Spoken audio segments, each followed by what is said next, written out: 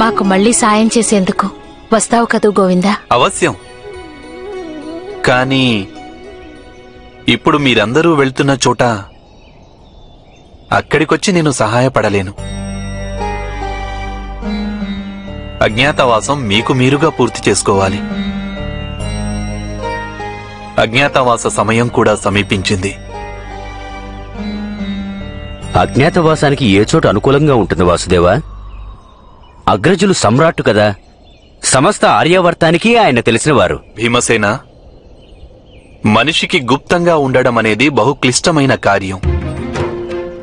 ఎందుకంటే గుప్తంగా ఉండటానికి సర్వప్రథమంగా తమ అహంకారాన్ని వదులుకొని స్వీయ సామర్థ్యాన్ని, స్వీయ గౌరవాన్ని, స్వీయ స్థానాన్ని, అలాగే తమ అస్తిత్వాన్ని విస్మరించక తప్పదు. కుటుంబంలోని వారు, మిత్రులు అహంకారాన్ని అధికం చేస్తారు. కనుక మీరందరూ అస్తిత్వాన్ని విస్మరించలేకపోతారు. ఇక శత్రువు అహంకారాన్ని సవాలు చేస్తాడు. ఎప్పుడో ఒకప్పుడు క్రోధితులై మీరందరూ బయటపడవచ్చు.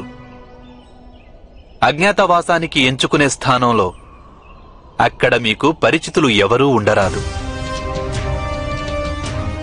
అక్కడ ప్రేమ లభించాలి, కానీ ఎవరి పట్ల మోహం ఉండరాదు. ఎవరైనా మిమ్ము అవమానిస్తే వారిని మీరు క్షమించగలగాలి. అటువంటి స్థలం ఎక్కడుంది వాసుదేవా? ఈ విశాల విరాట ఆర్యావర్తంలో ఎవరో అటువంటి రాజు ఉండే ఉంటారు, మీకు పరిచయం లేనివారు.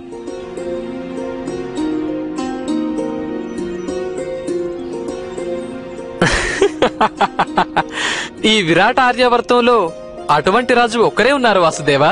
అదే రాజు పేరు విరాటుడు. మత్స్యదేశ రాజైన విరాటుని వద్దనే మీరందరూ గుప్తంగా ఉండి మీ అజ్ఞాతవాసాన్ని పూర్తి చేసుకోగలరు. అవశ్యం వాసుదేవా. అర్జునుడు తన తపస్సును పూర్తి చేసుకుని వచ్చిన వెంటనే మేము మత్స్యదేశానికి బయలుదేరతాము. పార్థుడు శీఘ్రమే సఫలమై తిరిగి వస్తాడు బావగారు. అర్జునుని సంకల్ప బలం బహు గొప్పది. కఠినాతి కఠినమైన తపస్సును కూడా అవశ్యం పూర్తి చేయగలుగుతాడు.